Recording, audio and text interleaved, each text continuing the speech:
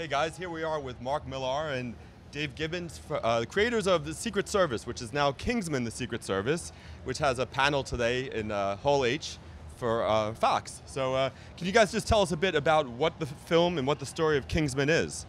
The film and the story of Kingsman, well, in some ways it's a real good old-fashioned spy film, you know, suave secret agents, fantastic gadgets, action, exotic locales, but it's got an undercurrent of real life to it as well, and it shows what happens when an ordinary street kid gets pulled into this world of espionage. Yeah, the trailer was really exciting. I'm sure a lot of you have seen it, and it gives you a glimpse of what to expect. But I think, Mark, you were saying there's going to be a lot more action to come as well, isn't there? Well, I'm so used to trailers that show you all the best bits, and then you go and see the movie and you're disappointed.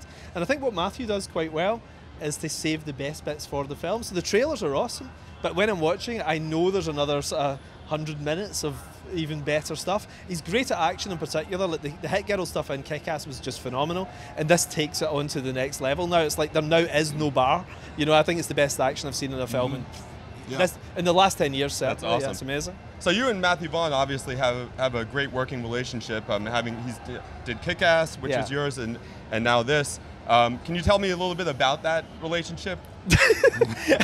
I don't know not the personal stuff.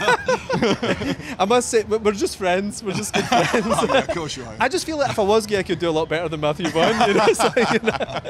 But like, you know, the funny thing is, our backgrounds are really different. Like, I'm a kind of like reasonably poor upbringing in the west coast of Scotland, you know, and Matthew's from an aristocratic kind of background in England, you know, so it's like one of those classic Lethal Weapon style double acts kind of thing. But weirdly, we're the same age. We're almost exactly the same age, so we've got a lot of the same influences. Like, we both loved Sinbad and Eye of the Tiger, aged 8. We both love Flash Gordon, aged 10. You know, we have a lot in common, so we love the same kind of things. So when I get enthusiastic about something, he tends to be equally enthused. So we're doing a couple of other future projects. We're doing a thing called Superior next year as well, a superhero movie together, and it works, you know. It's like we've been friends for about 7 years now. We've never had a cross word, you know, and like you know, we just have a laugh, you know, and I think hopefully that translates into the work we do too. Yeah. Sure seemed to with Kick-Ass, right? Yeah, we had a great time. And Dave, what I mean, obviously you are revered in the comics industry. I like to think so. Yes.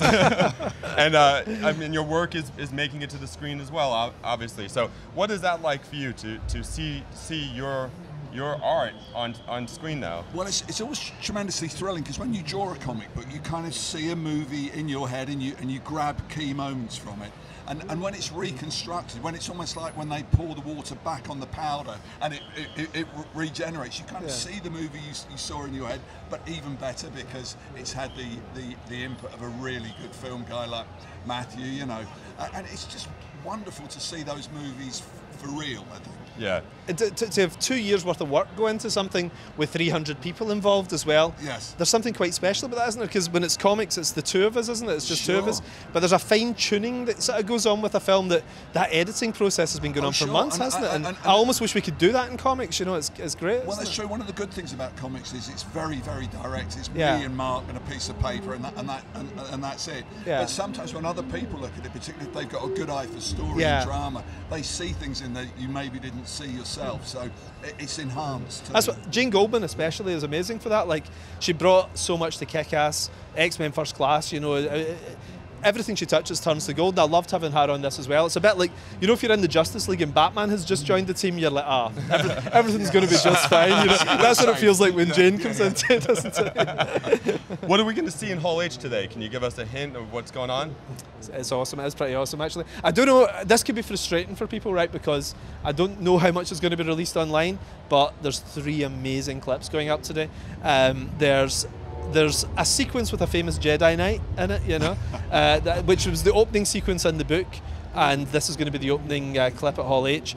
You're going to see Colin Firth in action as you've never seen him before, and it's going to be amazing. I mean, whenever you watch Bridget Jones again after seeing what Colin Firth does in this film, you're going to be, you know, it's going to be weird. And then the final scene is awesome, isn't it? Yeah, you know, you're going to see a side of Mr. Darcy that you definitely haven't seen before. I bet Hugh Grant must be watching this fight scene, though, and he'll be thinking, "Oh my God, you know, it's like, don't make Bridget Jones 3." You didn't know how much he lucked out in Bridget Jones, right? Are there 2 Jedi Knights in this movie? There are 2 Yeah, Jedi. two Knights. Jedi. Wow. Yeah. We're fully Jedi. One of them's Yoda, a Jedi Master. Is it the puppet Yoda or the CGI Yoda? That's the real Yoda. Don't be silly. That's a great cast, obviously. Oh, it's amazing. Yeah. So we're talking Michael about Caine as well. You know, it's like I mean, a proper Knight of the Realm. You know, like Michael Caine's the real deal. So much so actually that my brother said to me, "So who's in this one?" And I said Michael Caine, and he went, "Who's Michael Caine?"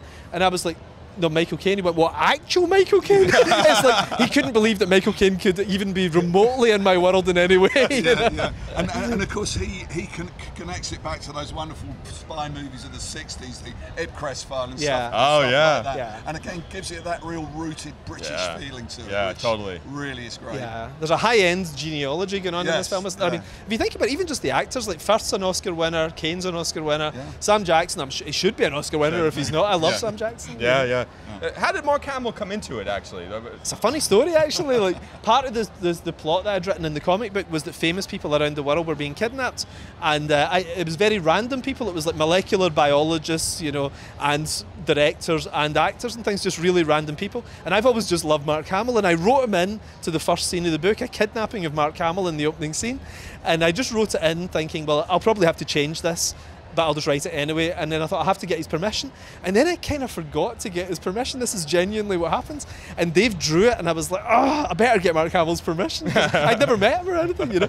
And then the book was going to the printer next day, literally next day, and I managed to get Mark Hamill's phone number off somebody, and then phoned him up. And he didn't know me from Adam, and I'd asked him, I said, look, can I use your likeness, use you as yourself in this thing where you're being kidnapped and you get murdered, you know?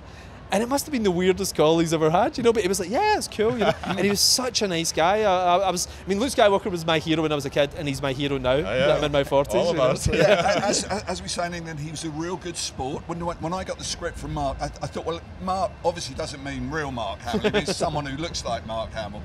But he said, no, it's Mark Hamill, and I drew him. And sometimes actors can be quite touchy about their likenesses, particularly as they mature.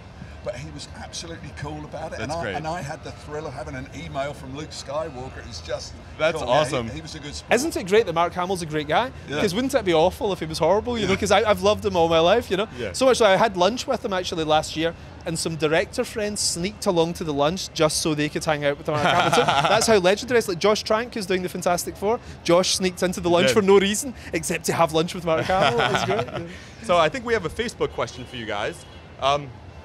Kevin wants to know, are we going to see a lot of cool gadgets in the you're film? going to see loads of cool gadgets. I don't know if I can really give them away because they are secrets, really. And if I reveal what they are, then it spoils the secret before you've seen the secret. That's true. Okay. But it's got all the stuff that you would want to see, all the cool stuff you'd have if you were a spy. Excellent. All right. Well, thanks so much, guys. We can't wait to see the film. Thank you. And keep it locked to IGN for all of your movie news.